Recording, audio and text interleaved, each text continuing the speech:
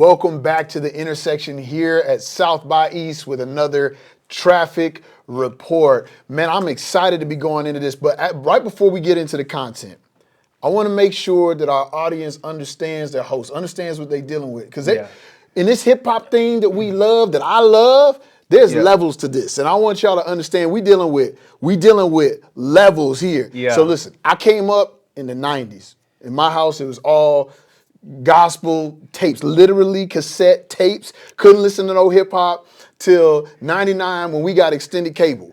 And so my hip hop knowledge, like my internal hip hop knowledge is 2000s on. So I miss Ghetto Boys. When I got introduced to the South, Lil Flip's already up and moving, is Tom Tom, Lil Runny, Fat Beezy, you know. So I missed really a lot of the goodness, and I start hearing about this legend. I hear him featured on songs. I hear that he was pushing the boundaries on mental health. I hear that he's one of the greatest rappers ever to come, especially out of the South, and I get blown away, but I wasn't able to be there. But you, John, you were able to connect. Can you take us back there just a little bit to Scarface and Big Sub? Can you take this us back? is like in my wheelhouse. Come on. I hate to sound like get off my lawn, but this is in my wheelhouse, man. Yes. So much so that my mom had like this old school, most of you might not remember the big like radios that sat in your living room. There were furniture pieces. Kind of like the same as the big floor model TVs. You had like a floor model radio that was kind of built into this cabinet you had to open up. And in there was a record player and a 8-track player. Okay. And so when my mom would go to work, my brother got his first 3 albums were Beastie Boys, Brass Monkey. The Ghetto Boys was another one of those things in there, and there was a third one. My first albums were Will Smith, Parents Just Don't Understand, that album, his first album. Okay. I had a Too Short album and some other stuff in there. So it was kind of this hip hop mix kind of deal. Right. With Bust a Move and some different things on there. Okay. So Young MC, all those kind of deals. This is in my wheelhouse, and especially since I'm from Texas. Yeah. This third coast rap down south. Right. Like this was in my so much in my wheelhouse. Come on, Scarface. South got something to say, yeah. And I remember growing up and being in elementary even, and the most popular radio station in Dallas, K104 at the time, used to do the top 9 at 9. Yeah. And I remember how long My Mind's Playing Tricks on Me was number 1. Wow. And so back then you had the dual cassette decks, and so you would record to get the music. You can always afford to go to the store, and you didn't have this where you can just download on your phone. So you would put a cassette tape in there, and if it was something else would record it over, you had to cover the little deal so that it would record. That's how you got around that. Okay. And you would have to catch it when they played it and hope they played the whole song on the top 9 at 9. Making your mixtape. Yeah, hoping that they didn't talk over it, the radio DJ didn't talk over it so you could have the whole deal. Then from there is when you would take it from that master track to make your mixtapes on the other deck, and you would flip in and out. So this was in there, and I remember memorizing all the words to "At Night I Can't Sleep," I toss and turn, candlesticks in the dark because of bodies being burned. Ooh. So I remember those lyrics and all those different songs. So like, this took me back, and it was once again this get off my lawn statement. I started remembering how much music I had forgotten. Yeah. So yeah, I was not writing in requesting that Tiny Desk do a Scarface concert, and you know how much I've been like. Tiny, I love the Tiny Desk. Like I've gotten into some artists that I had never heard of before because of their Tiny Desk concerts. Yep. So when they brought this out, and I didn't even this helped educate me on some more stuff too. And I think we're gonna get into that. So yeah. Yeah, man. I thought it was so. I didn't grow up on Scarface. First Scarface album I heard was my Stuff in My Word. Later on down the line. But I have this respect for him because a lot of the artists that I heavily respect talk about Scarface and his impact, and especially his impact on how he talked about mental health and kind of broke down walls and stigma on that, which is kind of a footsteps that I'm following in kind of with my musical legacy. And so I was excited. You hit me up about it, and I was like, oh, I want to check this out. And I didn't know half the songs. I knew on my block. Like that was it. I knew every one of these, man. And here's the deal: I didn't go look at the set list before because I wanted to be surprised by what he did. Yeah, yeah. And so I was just in, man. I was just in, and I was listening, and so I was. Some people are saying that this is one of the top Tiny Desk concerts, and I need y'all to understand. When we talking about I'm talking about, at least in hip hop, you talking about Black Thought and Big Boy, and I mean a number of highly decorated artists who have stepped on this type of stage. Can I? Okay, so I'm about to make a statement. Okay. And I know, like, y'all hearing it here first. Traffic reports. I'm gonna get something. I'm gonna. What's new? Okay. Some of the most impressive guitar playing I've ever heard in my life was done by John Mayer on the John Mayer Trio album. That double album. Okay. If I'm gonna tell you something. You can say what you want about who you want. Before he went and grew the hair out and got weird on us because man, John Mayer, like his guitar album. Most people don't understand that he played the guitar solo on the what is it? The Alien Eats Ants or redo of Billie Jean. Oh, what? Really? He did the guitar solo because the people in the band couldn't do the guitar solo. Yo, that's the early 2000s one, Yeah. right? Yeah, so I knew that dude up there pop locking in the video. Yeah. That's John Mayer playing that guitar solo on that album because the people in the band levels couldn't do it. So that is the level that John Mayer plays guitar. Yeah. But then if you go get the John Mayer Trio album, the double album, and you listen to that, if you are a music lover, you're gonna have a hard time hating. Okay. Okay. All right. And so, and as impressive as a guitar player as John Mayer is, when I saw Scarface pick up the guitar, man, I think I might have been more impressed. Not because he's out here doing Billie Jean solos. Right. But because so many people say that rap and hip hop is not musical. Mm-hmm. And what he shows throughout this Tiny Desk is his knowledge of music, his musicality. Yes, his musicality. And he showed like because they're talking about bass lines and they're talking about and you see him mixing harmonies and you see him going to the musical aspects when he's talking to the band of this. And so many people think that all hip hop is a bunch of samples. Right. And there's nothing wrong with sample. If you listen to the other night while I was cooking dinner, I was listening to the Stevie Wonder Inner Visions album, which that has and like so Golden me Lady, like when I came into Stevie Wonder, it was. First, like as a kid getting exposed to singing Happy Birthday to song in elementary, we had to sing for MLK Day.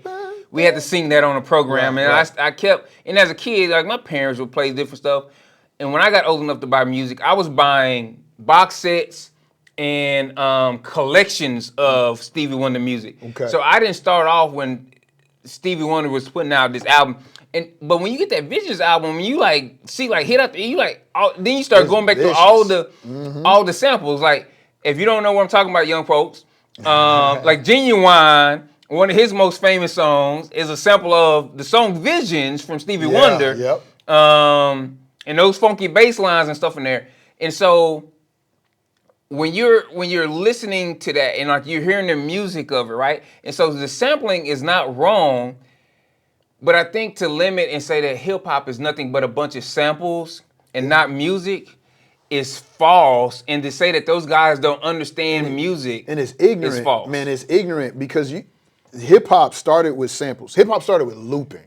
So you get hip hop starts where you got DJ Kool Herc who's looping dance breaks. That's why we call them Yep. break Yep. loops, looping dance breaks in the park at parties. And that's how then you have MCs who are telling people, hey, dance like this, move like this. That's how you get the art of the MC. Hip hop started with samples, but there's this immersiveness in the technology and the culture. And when you're talking about even Scarface's musicality, like the stories he tells, it shows me that he's immersed in both the technology and the culture. When he's talking about, I'm just sitting in the studio with my boy and we're just listening to music and I just get an idea. And so many people think when I went to Washburn, I had been making hip hop music for probably 6 years before that. Yeah. I go to Washburn and so many people there thought like I didn't know anything about music. Cause all I did was I grew up in a black church where we learned everything by ear and I made hip hop music. Yeah. And when I started getting in those classes and started excelling, people were like, well, how do you know these things? Like, how do you understand this stuff about orchestration? I'm like, because I take a sample and then I'm taking the sample and I'm adding a bass line to the sample and I'm making sure this stuff lines up in the right key. And then at church, I'm playing this thing on the keys and I'm taking that lick and I'm bringing it in. And there's this full immersiveness that comes not from academia, but from living out in the culture. And that's what I see him demonstrate. Can I tell you where a brashness and pride come into some of this? All right.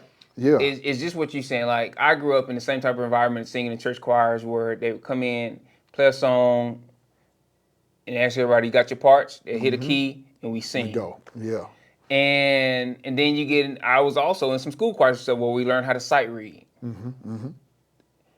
They're different, and both are music. Yeah. I was in a meeting today in community to meet with some people about some stuff. And at the end of the meeting, somebody took a shot at me and asked if I could name the streets in my neighborhood in alphabetical order.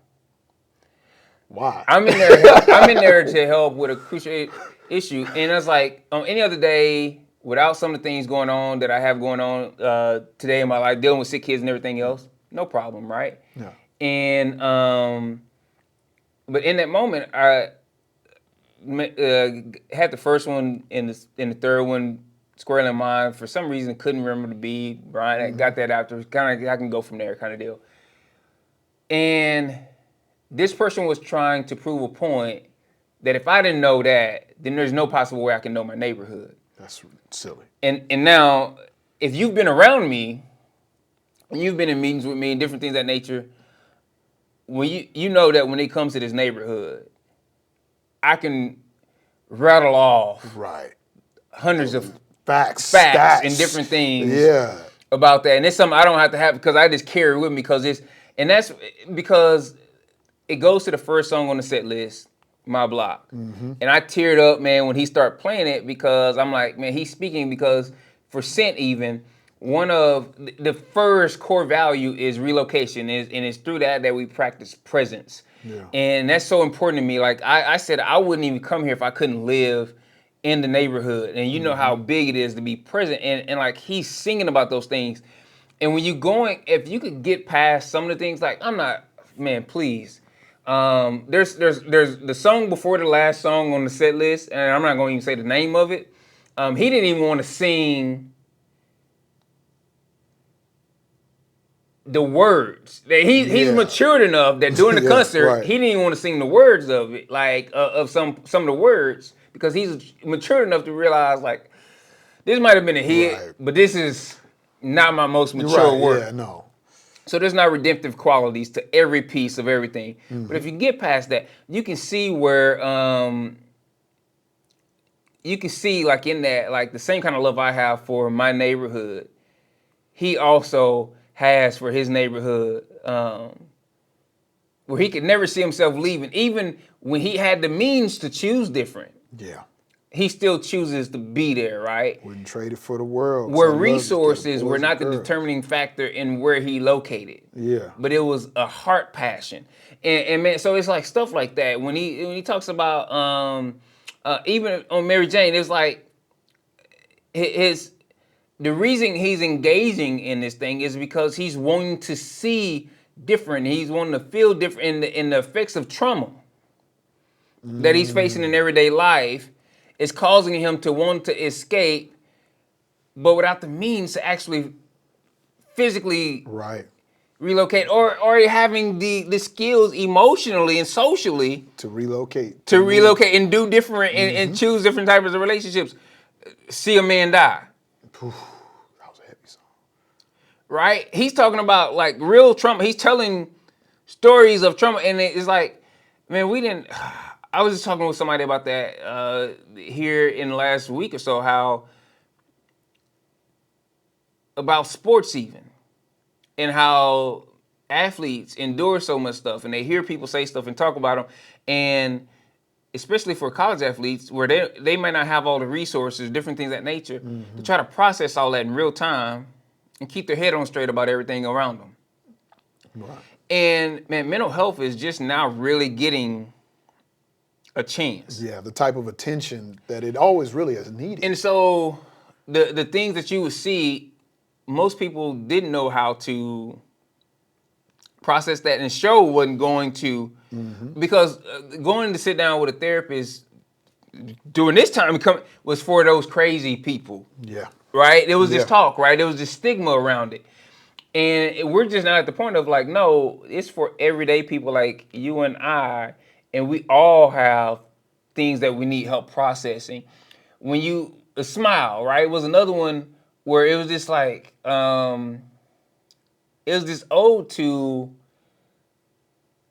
man, in some kind of way, I have to believe that there's more than in this moment in life. There's plenty of gospel songs that sing the same message, right? There's plenty of gospel songs that are the same message of, I have to believe that there's more. And so my belief in more is what causes me to be able to wear a smile, Yep. not necessarily the circumstances and situations in which I live currently. And that is, so the smile you see on my face is this belief about the hope that I have, not necessarily about the circumstances in which I exist. Listen, there, something I want to make sure that we hit in here too. When you were talking about him experiencing these things and not knowing how to process the Yeah. traumas, which is interesting because a lot of those traumas occur on his block, and his block is still what he wants to come. He still loves and wants to return to his block. And so that we can learn a lot from that. But how does he process that? He's in the studio and he's processing in real time these things that are happening. He said, I didn't know how they were going to react when I spit the bars of this song. There is a beauty in us sharing the process of us processing. When I get to see that concert, I told you, I have a lot of respect and ode to Scarface, but I didn't grow up on the music, but I was able to connect because I could see where musically and where emotionally and spiritually, where he was processing and bringing us into that moment. And we've been talking about how people get so confused about how do I share the gospel or how do I share my faith and how do I do that? Are you inviting people along for your process? Can I, this is about to be controversial also. Go ahead. That's why we have you here. So when I was growing up, rap was so demonized. And instead of asking, why is this message resonating with the people of this generation? Yeah. We were saying, it was this thing of, we have to stop the message. Right. 2016, we elected a president that resonated with a large portion of our country. Yep. And immediately the conversation went to, we have to stop people that support this person, and the anger and vitriol at what was being said, instead of asking the question of, why is this resonating with this many people, right? And so now we're in this point where it's just anger on top of anger, and we have stopped asking, why are these things resonating? In the city where we live at, right? There was this thing where there's some good things that happened, some good publicity that got out there where, we're dishing real estate or whatever else.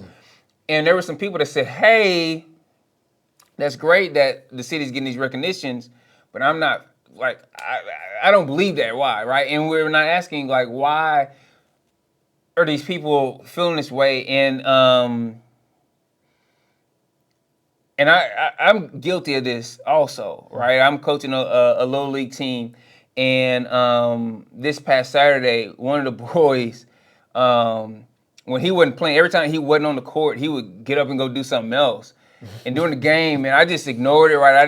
I just like, no. And I was upset after the game because he didn't support his teammates. And I was sitting there, and it wasn't until the next day that I was like, I need to ask some more questions. But it took me a full 24 hours to process, man, before I can get there and say, earlier in the 24 hours, I was like, I need to tell that kid parent that he needs to not play for a game. But by the time that 24 hours was up, I was like, no, I need to ask more questions. And I need to see how I can walk beside this kid more. I need to lean in more rather than push this kid away. Yeah. And so, because my wife has taught me, and sometimes I listen to her, that no behavior is for no reason. Yeah. And so these messages, and there's a reason why this tiny desk even resonated with some people. There's more than nostalgia. Yeah. It's more than nostalgia. Yeah. And so to see Face bring his son up and talk about his son and the musical talent of his son doing the tiny desk thing, man.